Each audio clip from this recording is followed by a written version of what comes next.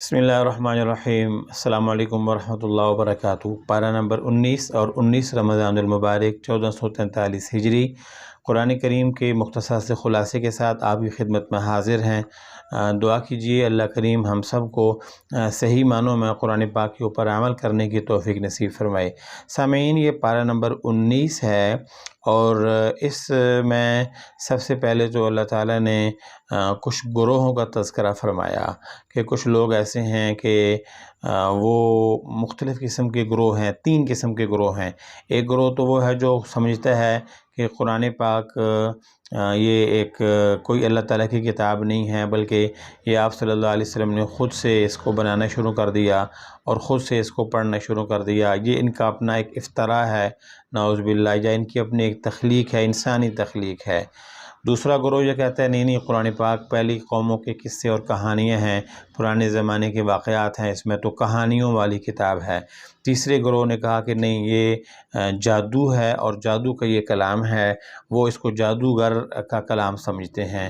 تو تینوں کا رد فرمایا اور اس کے بعد فرمایا کہ نہیں قرآن اللہ تعالیٰ کی کتاب ہے، بلکہ پھر بعد میں یوں ارشاد فرمایا کہ نبی قیامت کے دن کہیں گے کہ یا اللہ میری قوم نے قرآن پاک کو چھوڑ دیا تھا، اس کو پڑھا نہیں تھا، عمل اس کے اوپر نہیں کیا تھا۔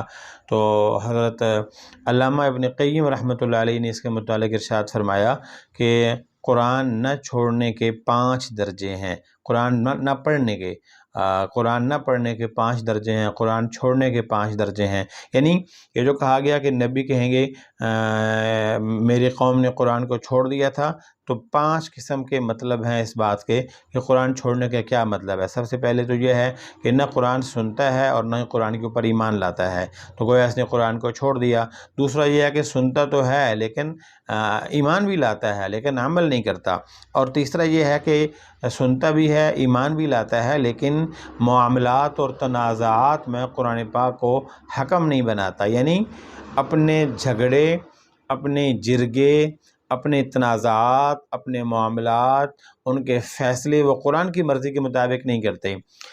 جو قرآن نے حل بتایا وہ نہیں کرتے، بلکہ قرآن پاک سے ہٹ کے اپنے مرضی کے اور اپنی خواہش کے مطابق فیصلے کرتے ہیں، قرآن کو فیصل نہیں بناتے۔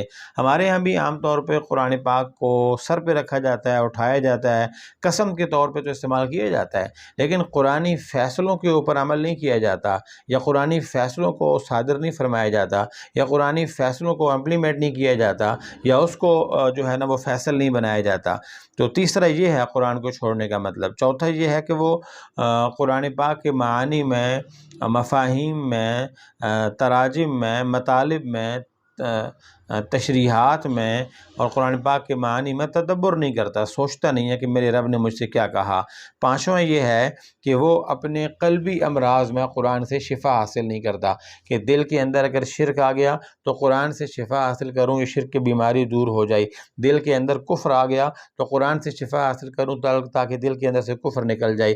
دل کے اندر اگر سود کی محبت آ گئی، یا رشوت کی محبت آ گئی، یا دنیا کی محبت آ گئی، یا غیبت دل کے اندر آ گئی، یا جھوٹ دل کے اندر بیٹھ گیا، یا ظلم دل کے اندر بیٹھ گیا، یا اور اس کے علاوہ حرام کھانے اور کمانے کا چسکا پڑ گیا، دل کے اندر یہ برائیاں آ گئی ہیں، یہ بیماریاں آ گئی ہیں، اور قرآن کے ذریعے سے اپنے دل کو صاف نہیں کرتا، پاک نہیں کرتا، ان بیماریوں سے شفا حاصل نہیں کرتا، تو یہ بھی گویا تارک قرآن ہو گیا، گویا قرآن پاک کو چھوڑنے والا ہو گیا۔ اللہ تعالی ہمیں صحیح معنوں میں قرآن پاک کو حاصل کرنے اور عمل کرنے کی توفیق نصیب فرمائے۔ ارشاد فرمایا وعباد الرحمن الذین یمشون علی الارض ہونا۔ اللہ تعالیٰ کے نیک بندوں کی کچھ خاص علامتیں بیان فرمائی ہیں۔ سب سے پہلے تو کیا ہے کہ جاہلوں کے ساتھ جہالت نہیں کرتے۔ کوئی جاہل ان کے ساتھ الجھتا ہے، جہالت کرتا ہے، بحث مباحثہ کرتا ہے، تو میں کرتا ہے، اذا خاطبہم الجاہلون قالوا سلاما، وہ جاہل کو کہتے ہیں بھائی سلام، ہم تمہارے ساتھ بات نہیں کرتے۔ جہالت کا جواب بھی سلامتی کے ساتھ دیتے ہیں۔ دوسرا ارشاد فرمایا اللہ کے نیک بندوں کی دوسری علامت علامت کیا ہے؟ وہ رات کو اٹھ کے عبادت کرتے ہیں۔ اگر آپ دیکھتے ہیں کوئی شخص مصلی پہ بیٹھا ہے رات کے پچھلے پہر میں، اپنی نیند چھوڑ کے، اپنا بستر چھوڑ کے، اپنا آرام چھوڑ کے وہ مصلی پہ بیٹھ کے اپنے رب کو یاد کرتا ہے، تو یہ گواہی دیتے ہیں، قرآن یہی کہتا ہے کہ یہ اللہ کے نیک بندوں کی علامت ہے کہ وہ، ورنہ پیاری نیند اور نرم بستر چھوڑنا کہاں آسان ہے۔ اگر کوئی ایسا کر رہا ہے تو یہ اللہ کی خاص توفیق ہے اور یہ اللہ کے نیک بندوں میں سے ہے۔ اس کے بعد ارشاد فرمایا کہ عباد الرحمن کی تیسری بڑی علامت وہ جہنم کے عذاب سے خوف رکھتے ہیں، ڈرتے ہیں جہنم کے عذاب سے۔ اور چوتھی بڑی نشانی ان کی کہ وہ اعتدال کے ساتھ خرچ کرتے ہیں، فضول خرچی نہیں کرتے، کنجوسی نہیں کرتے، بخل نہیں کرتے اور بے پناہ خرچ بھی نہیں کرتے، معتدل اعتدال کے ساتھ، معتدل میانہ روی کے ساتھ خرچ کرتے ہیں۔ اور عباد الرحمن کی پانچویں بڑی علامت کہ وہ شرک سے پرہیز کرتے ہیں، شرک سے بچتے ہیں، اللہ تعالیٰ کی ذات و صفات میں نہ کسی کو شریک ٹھہراتے ہیں، نہ اس کے متعلق سوچتے ہیں۔ اور پھر ایک اور بڑی نشانی، قتل ناحق نہیں کرتے۔ اللہ کے جو نیک بندے ہیں وہ ناحق کسی کا قتل نہیں کرتے۔ اور پھر ایک اور بڑی نشانی کہ یہ زنا سے بچتے ہیں، بدکاری سے اپنے آپ کو بچاتے ہیں۔ اور پھر ایک اور بڑی علامت، جھوٹی گواہی سے اپنے آپ کو بچاتے ہیں۔ اور عباد الرحمن کی، اللہ کے نیک بندوں کی ایک اور بڑی علامت کیا ہے کہ وہ گانے بجانے کی مجلسوں میں نہیں بیٹھتے اور ان کی مجلسیں گانے بجانے سے خالی ہوتی ہیں۔ گانے بجنے سے، بجانے سے، سننے سے، سنانے سے احتراز کرتے ہیں، پرہیز کرتے ہیں۔ اور ایک اور بڑی نشانی اللہ کے نیک بندوں کی یہ ہے کہ وہ اللہ کی کتاب کا اثر لیتے ہیں، اللہ کی کتاب کو پڑھتے ہیں تو دل ان کا منور ہو جاتا ہے، اللہ کی کتاب کو سنتے ہیں تو ان کا دل نرم ہو جاتا ہے، کانپ جاتا ہے۔ وَإِذَا تُلِيَتْ عَلَيْهِمْ آيَاتُهُ زَادَتْهُمْ ایمانا، قرآن کی آیات سن کے ان کے ایمان میں اضافہ ہو جاتا ہے، اثر لیتے ہیں۔ اور پھر آخر میں ارشاد فرمایا کہ نیک بندوں کی علامت یہ ہے وہ اللہ کے سامنے ہاتھ پھیلاتے ہیں، ربنا ھب لنا من ازواجنا وذریاتنا قرۃ اعین، وہ اپنے لیے، اپنی اولاد کے لیے، اپنے نیک بیوی بچوں کے لیے وہ اللہ تعالیٰ سے دعا مانگتے ہیں۔ یہ مختصر سا خلاصہ تھا اس مبارک سورت کا۔ اس کے بعد ارشاد فرمایا اگلی سورت سورہ شعراء ہے۔ سورہ شعراء میں، یہ بھی سورہ شعراء حروف مقطعات سے شروع ہوتی ہے، مکی صورت ہے، اور جیسے مکی صورتوں کا اسلوب ہے کہ اس میں توحید، رسالت، آخرت، عقائد کے متعلق زیادہ بحث کی جاتی ہے۔ اور پھر مشہور انبیاء علیہ السلام، حضرت موسیٰ علیہ السلام کا قصہ اس میں بیان کیا، اور اس کے بعد حضرت ابراہیم علیہ السلام کا قصہ بیان کیا، اور حضرت نوح علیہ السلام کا قصہ بیان کیا، یعنی حضرت موسیٰ علیہ السلام کا قصہ بیان کیا اور بیان کر کے یہ بتایا کہ دیکھو کس قدر امتحانات میں سے، مشکلات میں سے یہ نکلے اور ثابت قدم رہے۔ موسیٰ ثابت قدم رہے تو فرعون جیسے ظالم کے ظلم سے اللہ نے بنی اسرائیل جیسے مظلوموں کو بھی نکال دیا تھا۔ فرعون کے سامنے گئے تو فرعون نے کہا تم وہی موسیٰ نہیں ہو جن کو میں نے پالا، پوسا، بڑا کیا، جوان کیا، میں نے تمہاری تربیت کی۔ موسیٰ علیہ السلام نے کہا میری قوم کو آزاد کر دو۔ اس نے کہا وہ تو ہمارے غلام ہیں، نوکر ہیں، کام کرنے والے ہیں، میں انہیں آزاد نہیں کر سکتا۔ مختصر یہ کہ موسیٰ علیہ السلام اس کو سمجھاتے رہے، پیار سے بات کرتے رہے، نرمی سے بات کرتے رہے، وہ الجھتا رہا، جھگڑتا رہا، لڑتا رہا۔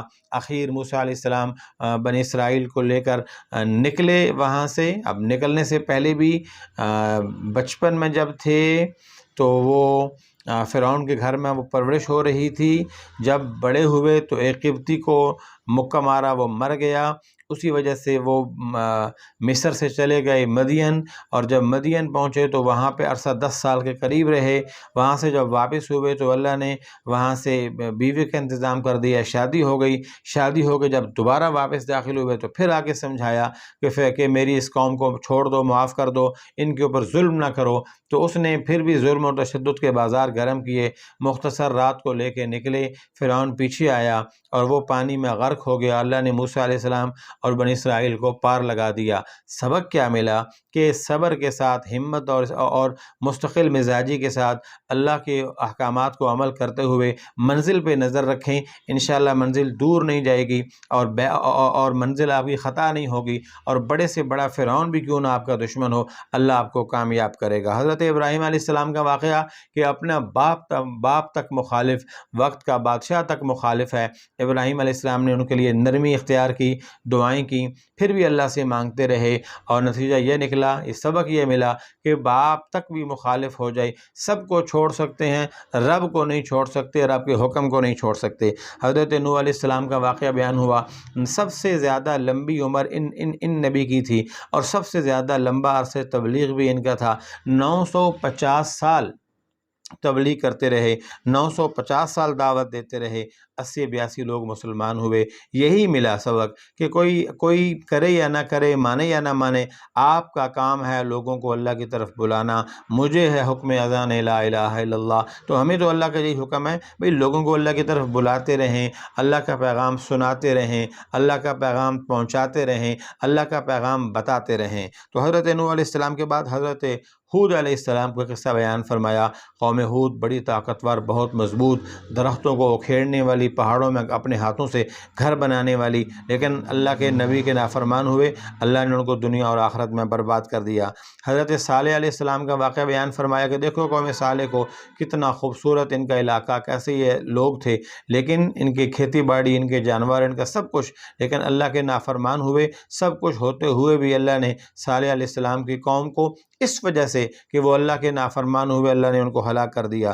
حضرت لوط علیہ السلام، اس قدر ان کی قوم کے اندر بدبختی آ گئی تھی کہ ویسے تو گناہ گار تو اور بھی بہت سارے قومیں ہیں، لیکن انہوں نے گناہ کی بدترین صورت کو اپنے زندگی کا سب سے بڑا شیوا بنا لیا تھا۔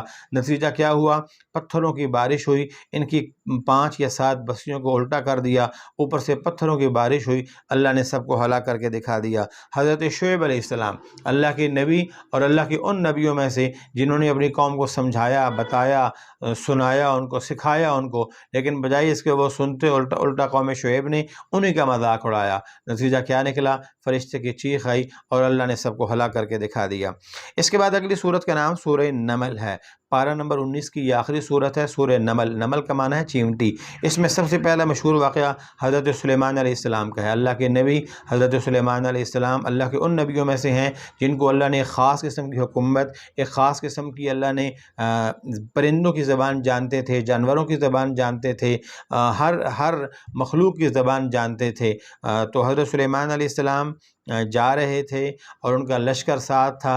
ایک چیونٹی نے باقی چیونٹیوں سے کہا، یا ایھا النمل ادخلوا مساکنکم لا یحطمنکم سلیمان وجنودہ وہم لا یشعرون۔ ارے چیونٹیوں، جلدی جلدی اپنے اپنے بلوں میں داخل ہو جاؤ، سلیمان یا اس کا لشکر تمہیں روند نہ ڈالے۔ چیونٹی نے زمین کے اوپر یا زمین سے رینگتے ہوئے یہ جملہ اپنی چیونٹیوں سے کہا۔ سلیمان علیہ السلام کا تخت ہوا کے دوش پہ، جنات بھی اور جو ہے وہ پرند بھی، چرند بھی ان کے تخت کے ساتھ ساتھ سارے جا رہے ہیں۔ یہاں سے وہاں سلیمان علیہ السلام کو آواز پہنچی، سلیمان مسکرائے اور کہا، یا اللہ تیرا شکر ہے، تو نے مجھے جانوروں کی اور پرندوں کی، حتیٰ کہ رینگنے والے کیڑے مکوڑوں کی زبان بھی تو نے مجھے سکھائی ہے اور سمجھ عطا فرمائی ہے۔ تو وہ فوراً اللہ تعالیٰ کے شکر میں چلے گئے۔ یہ مشہور واقعہ بیان ہوا۔ اس کے بعد قصہ ہدہد اس میں بیان ہوا۔ ہدہد ایک پرندہ تھا، سلیمان علیہ السلام کی اپنی امور مملکت میں وہ فرائض منصبی انجام دیتا تھا۔ وہ کہیں باہر نکلا تو اس نے دیکھا ایک قوم ہے کہ وہ قوم شرک میں ہے، بت پرستی میں ہے، ایک عورت ان کی سربراہ ہے۔ سلیمان علیہ السلام نے جب اس کو اپنی طرف بلایا، دعوت دی، تو وہ عورت اپنی طور پہ سمجھی کہ میں حکمران ہوں، میں حاکم ہوں، میری اپنی بڑی حکومت ہے اور میرا ایسا نظام ہے۔ لیکن جب سلیمان علیہ السلام کے پاس گئی تو حیران ہو کے رہ گئی کہ اس سے خوبصورت تخت یہاں موجود، اور اس سے بڑی فوج یہاں موجود، اور اس سے زیادہ مالی وسائل یہاں پہ موجود ہیں۔ سلیمان علیہ السلام نے ان کو دعوت دی، انہوں نے اسلام قبول کیا اور کلمہ پڑھ لیا، مسلمان ہو گئیں۔ یہ قصہ ہدہد میں اس کا تذکرہ موجود ہے۔ اس کے بعد ارشاد فرمایا، حضرت صالح علیہ السلام کی قوم میں تسعۃ رہط یفسدون فی الارض، 9 بڑے بڑے بدماش تھے جو ہر وقت وہ صالح علیہ السلام کی قوم میں مخالفت کرتے تھے، ان کی نافرمانی کرتے تھے، لوگوں کی نافرمانی کے ذریعہ بنتے تھے۔ انہوں نے رات کو نیت کی کہ آج رات کو ہم سارے مل کے نعوذ باللہ حضرت صالح علیہ السلام کو شہید کر دیں گے۔ اللہ نے اس سے پہلے ہی 9 کے 9 بدماشوں کا صفایا فرما دیا۔ یہ مختصر سا خلاصہ پارہ نمبر 19 کا۔ اللہ تعالی ہمیں عمل کرنے کی توفیق نصیب فرمائے۔ ملیں گے انشاءاللہ اگلی مجلس میں نئے پارے کے ساتھ اور نئے خلاصے کے ساتھ۔ جب تک کے لیے اجازت دیجیے، دعا میں یاد رکھیے۔ السلام علیکم ورحمۃ اللہ وبرکاتہ۔